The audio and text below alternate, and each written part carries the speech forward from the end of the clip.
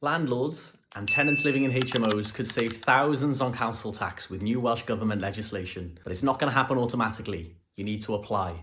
Here's what's changing and what you need to do to check if it applies to you. This is something I've seen very little coverage of in the media, but it's something that could help tenants especially. On the 3rd of June 2026, Welsh Government introduced new legislation on how houses in multiple occupation, HMOs, are treated for council tax purposes. I'll give you an example. Here's a screenshot from the government's website showing that a single house in Cardiff has 7 different council tax valuations currently, 1 per room. Each band A that you see is about £1,400 per year. Multiply that by 7 and you've got an overall council tax bill of £9,375-ish. I know this house is let on 7 individual tenancies, 1 tenant per room.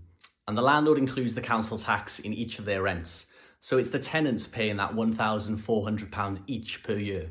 The good news is that this legislation means that HMOs like this one must be valued with having just 1 council tax band, rather than 5, 6 or 7 as in this example. So this house will go from having 7 different bands to just 1. I think it's most likely to end up in band D when that happens, which means a council tax bill of about £2,000 for the year.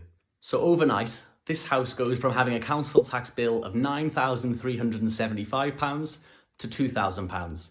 That's a huge saving of £7,375 for the year. But here's the thing.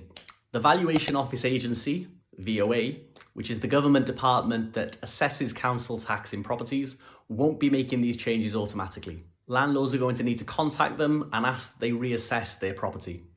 I can already see that not all landlords are going to be aware of this. So it's important that tenants are, and they can prompt their landlord to speak to the VOA.